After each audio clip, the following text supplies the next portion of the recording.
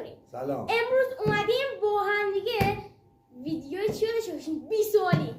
خب بچه‌ها برای هر کی ویدیوش روشه چیکار کنن؟ سلام. اگه دوست داشتین ما رو لایک و فالو کنید. دوست نداشتین هم لایک و فالو کنید. دمتون گرم. حالا بریم. من دیشب تو ذهنم آوردم. تو هم چی آوردی؟ بله یه چیزی دارم. خب برای تو اشیاء من آره. بدون جانه؟ بله. برای منم بدون جاندار نیستش و اشیاء بزرگه بیشتر تو خونه ها هستش تو تابستون استفاده میشه. خب مال من نه. من اشیای اونم تو خونه ها استفاده میشه ولی تو همه خونه ها معمولا هست. توش وصله میذارن؟ تقریبا. خودش جایی که تو خونه وصله لباس هم جوراب همه چی میتونی توش بذاری، لوازم میتونی توش بذاری، نمیدونم لباس میتونی.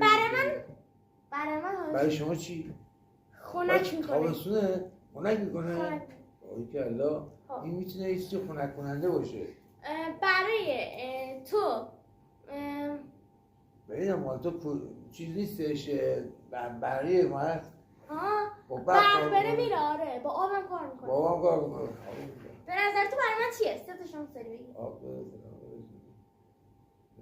کولر دستیه؟ کولر دستی نیست. نه کولر آبیه که پشت آفرین. باریکلا. حالا من باید بزنم. آره درسته.